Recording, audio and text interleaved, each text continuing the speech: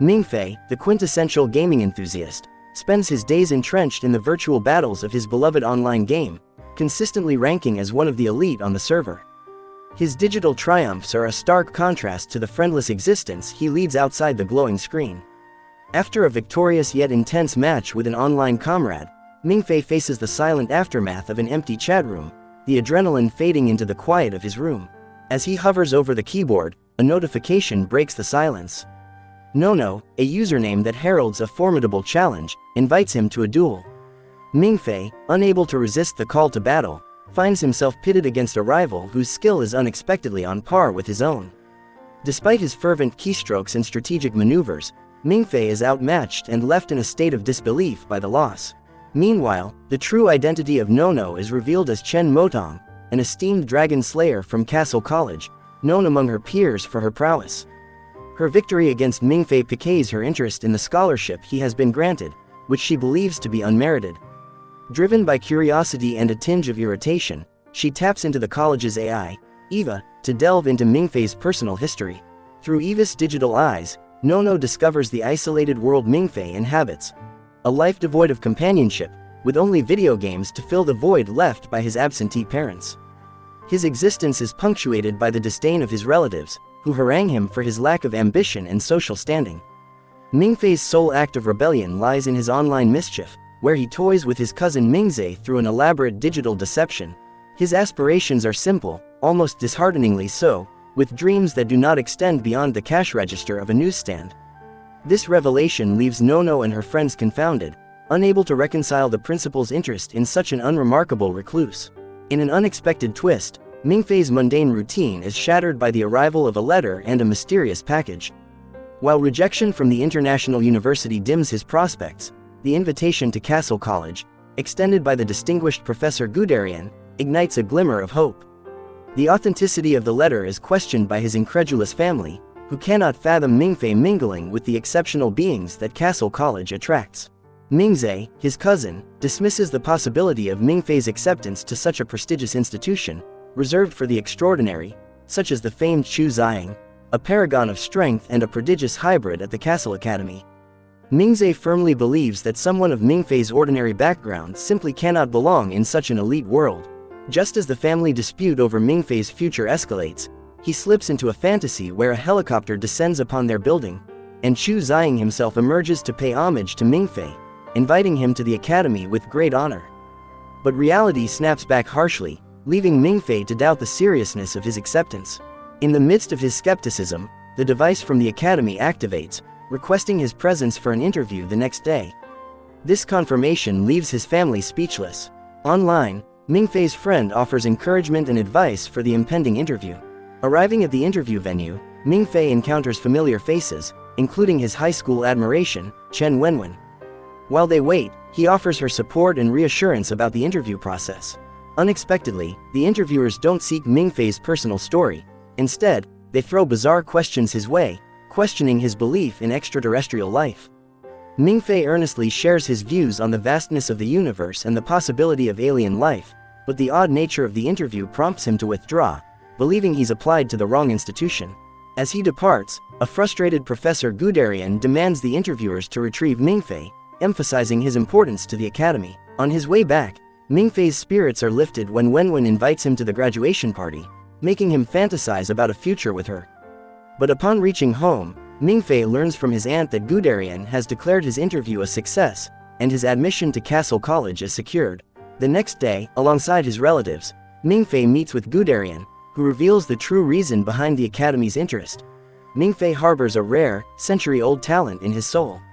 Mingfei is further stunned when a letter from his long-absent parents is produced, disclosing their own legacy at the academy and their reasons for leaving him.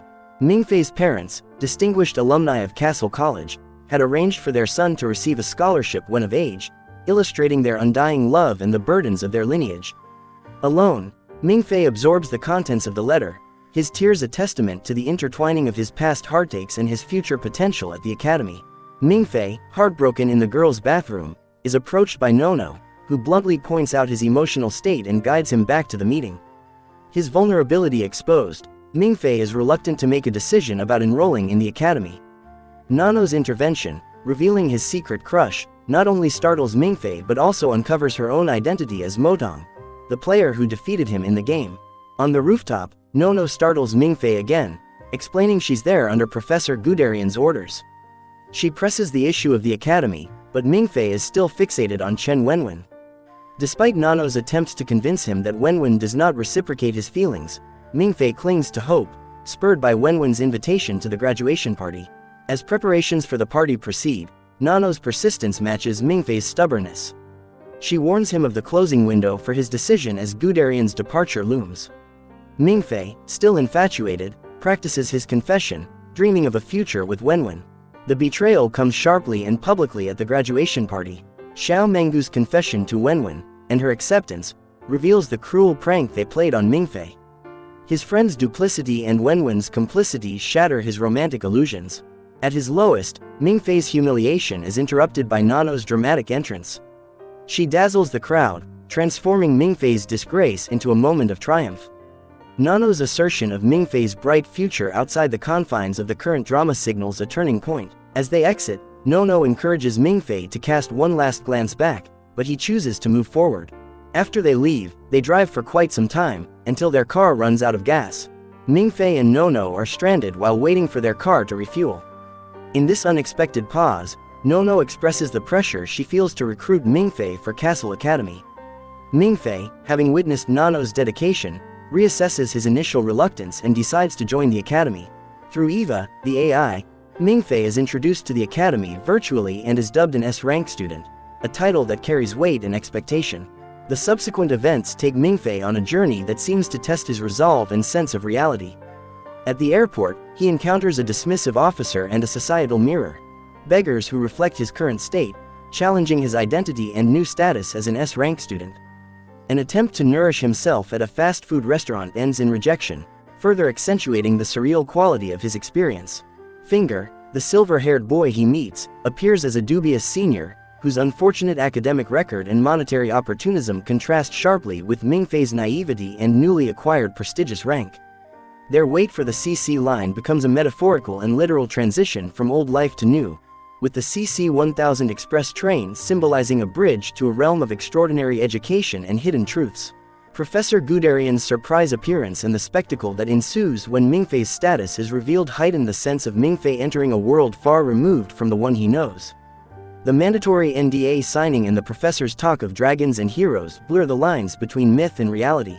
Mingfei's skepticism is challenged by a fainting spell and a vivid dream, wherein he is confronted with the boy from his previous dreams, who insists on the existence of dragons and reveals a past where dragons and humans were in conflict. This dream serves as a narrative device to cement the reality of dragons within the context of the story and foreshadows Mingfei's potential destiny as part of this ancient struggle. In this advanced civilization, Mingfei's grip on reality wavers, but he snaps back to the present when the professor introduces a colleague who carries 2 containers. The colleague remarks that throughout his 4-decade career, Mingfei is among the rare S-grader individuals he's encountered, with the unfortunate first having met a tragic fate involving a truck. Upon unveiling the first container, they reveal to Mingfei an impenetrable dragon scale and urge him to test its durability with a firearm. With his military background, Mingfei complies, only to witness the bullet ricochet, a testament to the scale's incredible resilience. He dismisses it as potentially sophisticated technology. His attention shifts to the second box, which contains a slumbering draconian hatchling. Initially doubting its authenticity, Mingfei is taken aback when the creature stirs at his proximity, possibly reacting to his unique genetic makeup. Arriving at the academy, the lack of student presence puzzles them both until warning alarms shatter the silence. Chaos erupts as students in red and black outfits emerge, initiating a mock battle. Amidst this simulated conflict, the professor is injured and leadership figures from both factions emerge, reminiscent of characters from a high-stakes anime, their duel eclipsing Mingfei's own presence. Caught between 2 women from opposing sides, including his friend Nono, Mingfei is thrust into the fray. Nono, armed and decisive, aims to protect him but falls to the opposing force. Mingfei, channeling a mysterious inner strength from the boy in his dreams, manages to neutralize the threat impressively. The melee ends with medical teams attending to the wounded, and the cost of the elaborate paintball game is revealed, along with the realization that this was merely a recreational event gone overboard. Professor Man, overseeing fiscal matters and discipline, voices his displeasure over the extravagant expenses to the principal, who nonchalantly approves of the students' freedom and the consequent financial toll. The students, relieved, cheer on. Mingfei then retreats to his dormitory, sharing the space with Finger, his senior, who becomes his mentor within the college. Finger exposes Mingfei to the esoteric rules of the academy, including the prohibition of spirit language, save for one specialized classroom. This power, bridging the arcane with lineage, separates the gifted from the ordinary, the magus from the muggle. As they wander, they observe students honing their command over this ethereal language, with one incident highlighting the dangers and the camaraderie among the pupils as they quickly avert a magical mishap. Elsewhere aboard an airship, the headmaster shares a leisurely drink with his comrade Manson, reflecting on the students from the era of the last Dragon King. He muses that his ambition now is not to forge warriors but to cultivate intellectual pioneers who can shepherd humanity into a peaceful epoch devoid of draconic menaces. To achieve this, he's prepared to personally mentor Mingfei. In the midst of their conversation, he shifts topics to a clandestine operation they're about to embark upon, as their vessel sails steadfastly towards its undisclosed destination. Back at the academy, Professor Good arrives to escort Mingfei to his 3E examination. Prior to the formal test, he wishes to conduct a preliminary assessment with a music box containing the Black Dragon Emperor's cry. He informs Mingfei that those of dragon lineage would historically submit to this call, which also serves as an initiation into the spirit tongue, often inducing visions among humans with dragon heritage. Upon playing the sound, Mingfei experiences drowsiness but no visions, which sends Professor Good in a frantic search for answers alongside Professor Man within the archives. They hypothesize that Mingfei might possess a white dragon lineage, possibly rivaling the Emperor himself. Despite the gravity of this revelation, Good insists on secrecy to prevent Mingfei from being subjected to laboratory experimentation. The next day, during the 3E exams, Mingfei breezes through by replicating Finger Senpai's solutions, even slipping into a nap for a substantial part of the exam. That evening, a bell triggers a dream where Mingfei encounters Mingzhe again, who warns of impending danger and opportunity, prompting Mingfei to request a perpetual map to grasp the world's geography. Mingzhe bestows this ability upon him, and Mingfei awakens to Finger alerting him to an emergency. The higher-ranked students are convened urgently, informed of the discovery of the Bronze Dragon King's palace and the entrapment of 2 board members within its morphing walls. The students are presented with dragon script imagery to decode, potentially offering clues to an escape. Mingfei, feeling out of depth amidst the determined efforts around him, draws on his newfound ability, the Omniscient Map, to pinpoint an exit strategy for the trapped members. This key information is relayed just in time, but the duo, who once interviewed Mingfei, find themselves bereft of sufficient oxygen to reach safety. In their final moments, they valiantly secure the retrieval of a critical cocoon to their superiors aboard the airship. Subsequently, the headmaster declares their mission a resounding success. They've secured significant draconic inscriptions and relics, largely owing to Mingfei's insight and the collective effort of the students. However, a somber toll of the bell at the college marks the loss of their own. As the assembly disperses, Ziyang acknowledges Mingfei's pivotal role and proposes that he join the Lionheart Society as his protege. Mingfei, though, declines, feeling unprepared for such responsibility. On board the airship, the headmaster sits with Manson as he lays dying, recounting the mission's events and deciding to shield the students from the truth of their loss, urging them to anticipate their next challenge instead. He also entrusts Manson with the safety of his adopted daughter, Nono. Days pass, and Mingfei is surprised by a digital summons to a ball hosted by the student union. Despite his reluctance, Finger convinces him to attend, if only for the lavish refreshments. At the ball, it's revealed that Nono is engaged to Caesar, the event doubling as a birthday celebration for her. Mingfei is unexpectedly drawn into a dance with a blonde student, garnering acclaim from the onlookers. Caesar extends an invitation for Mingfei to align with him, but Mingfei requests time to consider. Later, as Mingfei and Nono drive to a hilltop for solitude, the college is suddenly thrust into a security crisis. 13 assailants have breached its defenses, targeting the recently acquired cocoon. Caesar and Ziyang mobilize to counter the intrusion, swiftly apprehending 7 trespassers who shield their leader's identity. With the elite students away and danger at its doorstep, the headmaster and Professor Man petition the Night Watcher to release the spirit language seal. The plea is successful, but it also affords the assailants the ability to cloak their presence. The invaders, led by a woman named Mai, Split up. Mai engages Caesar while another adversary confronts Xiang.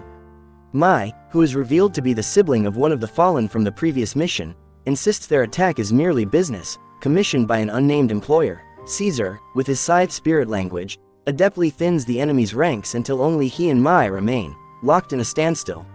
Mai's stealth and swift assault tactics directly counter Caesar's defensive perimeter. Simultaneously, Xiang, who possesses one of the purest bloodlines in the Dragon King's Flame's spirit language, faces an opponent with similar fiery powers. Their battle becomes an explosive stalemate of equal force and intensity. In the depths of the college, chaos unfolds unseen. The comic figure, through luck and mishap, finds himself in the AI-controlled sanctum and subsequently in the underground lab where the enigmatic cocoon resides. Misplacing his phone and tampering with a door, sealed for over a century, he witnesses the principal and the researchers ponder over the cocoon, now cracked from the emerging life within. The principal, wary of danger, dismisses the researchers to prevent any reckless action.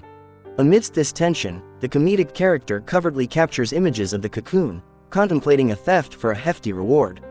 Yet, the cocoon's mysterious aura induces hallucinations, thwarting his plan.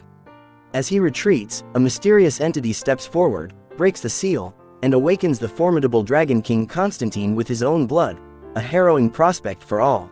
On another front, the battle between Caesar and Mai culminates as an explosive force disrupts their duel, leaving only scorch marks in its wake, a likely testament to Zihang's own fiery confrontation. Electricity vanishes, plunging the area into darkness. Away from the turmoil, Mingfei shares a serene moment with Nono, atop a hill overlooking the world below. Ming's spectral guidance prompts Mingfei to court Nono's affection with a birthday gift, a tribute that ultimately touches her heart. In this moment of vulnerability, Nono confides the political nature of her engagement to Caesar and the concealed deaths that have scarred her. Moved by her candor, Mingfei invokes Ming's mystic advice. The night responds as the car illuminates, music dances on the air, and fireworks blossom in the sky, spelling out a birthday wish in a manner uniquely meaningful to Nono. Her tears reveal a deeper connection to Mingfei, bound by mutual sorrow. Resolved, Mingfei vows to stand with Nono as her newfound brother, pledging allegiance to the student union. Their return to the college is bittersweet, as they are greeted by the grim reality of the message from Caesar: the college is besieged. Despite the urgency, Nono assures a flustered Mingfei that the college's defenses will hold until their arrival. Simultaneously, Xiang and the blonde girl reach an impasse in their fiery duel. The girl, wielding flames with superior skill, refrains from dealing a fatal blow to Xiang, as her true intent is merely to delay him. Elsewhere, the comic relief, riding away from the chaos on a motorcycle, unexpectedly becomes a casualty of a collision with Mingfei's vehicle. He seizes Mingfei, and it's revealed that the erstwhile captor is none other than Mingfei's online gaming comrade, Tag, previously mistaken for Tyler Wen but his actual identity being Tyler Wen. Recognition sparks a friendly banter, but the situation takes a dire turn as they witness an inferno-enveloped figure advancing towards them like a fiery specter from a zombie apocalypse, desperately seeking his brother. The students' attempts to halt the incendiary advance prove futile as their bullets liquefy before making contact with the flame-wreathed youth. The faculty quickly surmises that they are facing a newly awakened Dragon King, capable of manipulating fire and metal, rendering conventional attacks ineffective. This pyrokinetic prodigy, known as Constantine, relentlessly searches for his sibling, unaffected by the onslaught. Mingfei, Tag, and the rest conceal themselves behind a sturdy column and join forces with Caesar, Mai, and Finger. They deduce that Constantine's pursuit is centered on Mingfei, and they take refuge in a pool to evade the fiery wrath, while Caesar and Mai confront the threat to glean insights into his vulnerabilities. In the midst of the chaos, Mai receives an urgent call from her contractor, revealing that the fiery adolescent is, in fact, Dragon King Constantine, now in a volatile condition. His impending disintegration threatens to unleash an energy storm dwarfing the cataclysms of Hiroshima and Nagasaki. The proposed solution is unconventional yet ingenious, using non-metallic practice ammunition from the college, as the rubber bullets could potentially incapacitate Constantine without causing him harm. Armed with this new strategy, they begin their non-lethal barrage, hoping to subdue the fire-wielding Dragon King. Amidst the rising panic, Mingfei and his companions seek refuge beneath the pool's surface. While submerged, Mingfei's lungs scream for air, and upon surfacing, he's cast into an unfamiliar realm. Initially, he believes it's a dream, a place where he often encounters Mingze, but instead, he meets a young boy. This boy, who eerily sniffs him, is revealed to be Constantine himself. Mingze intervenes, banishing Constantine with a swift kick, urging Mingfei to seek a different kinship. Back to reality, Mingfei discovers Constantine's visitation was not a hallucination, and his friends Finger and Tang have vanished from the pool. The principal soon appears, guiding Mingfei to a lofty tower and entrusting him with a firearm equipped with a singular dragon-slaying projectile. He is deemed the only one capable of wielding it due to his noble lineage. As Constantine endures a barrage from non-lethal rounds atop another structure, it's revealed his fixation is on Tang, not Mingfei. The dragon's restraint falters, revealing his true draconic guise. In this critical moment, the principal employs his Time Zero ability, creating an opening for Mingfei. Aided by Ming's spectral support, Mingfei fires the shot, successfully crippling the dragon's might. The principal then commands the switch to live ammunition, intending to obliterate Constantine. Despite this, Constantine shields Tang, proclaiming brotherhood until his final breath, while a confused Tang flees, only to have revelations of his own ancient, regal draconic identity. Tang, now aware of his true essence as Norden, the Dragon King of Fire and Bronze, retreats to his underwater palace to recuperate and summons his vassal, the Sea Dragon. Concurrently, the principal confides in the Night Watcher about the resilience of Dragon Kings, who preserve their lineage through cocoons. Their strategy unfolds. To eradicate a Dragon King, they must strike before a new cocoon is formed. With Norden's powers still burgeoning, the window to dispatch him permanently is narrow. A formidable squad is assembled for this daring assault, comprised of Caesar, Nono, Mingfei, and a recently introduced blonde student, each one poised to play a crucial role in the impending siege on Norden's sanctum. Initially reluctant, Mingfei eventually agrees to embark on the perilous quest after being bolstered by Nono and the others. With his training completed, he joins the crew aboard the airship bound for the Dragon King's domain. Nono and Mingfei are assigned to scout the palace, looking for signs of the Dragon King's slumber after his premature awakening. They navigate the palace following the path previously trodden by Kai and her comrade, eventually discovering the Dragon King's chamber, and with some clever subterfuge, they confirm its identity. Upon exiting, Mingfei and Nono face a landscape shifting in turmoil, echoing the past upheavals experienced by Kai and Yu. In a fraught race against time and amidst the labyrinth of traps, they come across Yu's remains clutching an ancient tome which they secure. Nono sacrifices her swimming gear for Mingfei as they make their escape from the mutating city underwater. Above them, the airship is besieged by the Sea Dragon, which savagely damages one of its engines. Caesar, seizing command amidst the chaos, orders an evasive retreat. But the Sea Dragon, ridden by Norden in his formidable fusion form resembling the legendary Zekrom, relentlessly pursues them. Caesar, blindfolded and tactical, coordinates with Xiang to mount a counterattack. Their combined assault results in a blinding detonation, allowing for a precision missile strike on Norden's true form. Tragically, during the pandemonium, Nono is fatally wounded by the dragon's sting and sacrifices herself to ensure Mingfei's safety in the escape pod. In his anguished state, Mingfei transcends to an inner realm, encountering Mingze, who proposes a diabolical pact offering 4 wishes in exchange for a claim over Mingfei's life in times of loneliness and a fragment of his lifespan. With new immense powers and knowledge of the tome's secrets, housing the 7 deadly weapons crafted by Norden, Mingfei emerges, ready to confront his foe. Now capable of underwater survival and healing, Mingfei rescues Nono, placing her in the escape pod for her ascent. He faces Norden in a climactic battle, wielding the power to seal and unleash the 7 deadly weapons. The confrontation is intense, with Norden eventually acknowledging Mingfei's prowess. As Mingfei closes in for the final confrontation, he recognizes Norden as his friend Tyler Tang, hesitating in confliction. However, Mingze overrides Mingfei's hesitation, delivering the decisive blow with one of the 7 weapons, leading to Norden's watery end.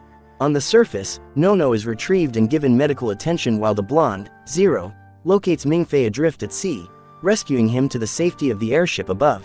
With his last ounce of strength, Norden attempts a devastating final assault. However, Mai, fulfilling her mission duty, incapacitates him with a specialized bullet designed to slay dragons. Norden's tale draws to a close. Following the resolution of the conflict, the headmaster convenes with Mingfei to debrief him as they journey back to the academy. The headmaster elucidates Tang's identity, explaining the unique process by which dragon kings create a vessel for their rebirth. The shocking truth hits Mingfei hard, grappling with the fact that Tang, his digital confidant, had been Norden's chosen vessel all along. Acknowledging Mingfei's sorrow, the headmaster consoles him, highlighting the incalculable number of lives saved by Mingfei's actions. While commending Caesar's strategic brilliance, he expresses skepticism about Norden's defeat, suspecting there's more to the story, details Mingfei and Nono have not disclosed. Mingfei contemplates his pact with Mingzhe, agreeing to keep silent. The conversation shifts as the headmaster presents Mingfei with an enigmatic letter received from an unidentified sender. The letter, penned by his mother, expresses regret for her absence and pride in her son's accomplishments, with a hopeful note of reuniting at his graduation. Overwhelmed by emotion, Mingfei takes his leave, tears streaming down his face. Back at the academy, Mingfei confronts Finger about the provocative articles featured on the school's platform. Amidst their exchange, Caesar appears, humorously donned in a chef's outfit, seeking a cup of sugar. Finger complies, disclosing that Caesar, Zhang, Nono, and the Lion Art Society's deputy head have taken up residence in the dorms. Nono offers Mingfei a homemade chocolate, suggesting a communal dinner, but Mingfei declines, citing other engagements. As Mingfei retreats, he receives a mysterious package containing a smartphone. Upon activation, he discovers a message from Mingzhe, affirming their contract and claiming a quarter of Mingfei's lifespan as agreed. The message advises caution with the device, offering Mingzhe's aid at the signal of a message. Mingfei resolves to avoid utilizing the wishes to ensure a life surrounded by friends and fully immerse himself in his academic pursuits.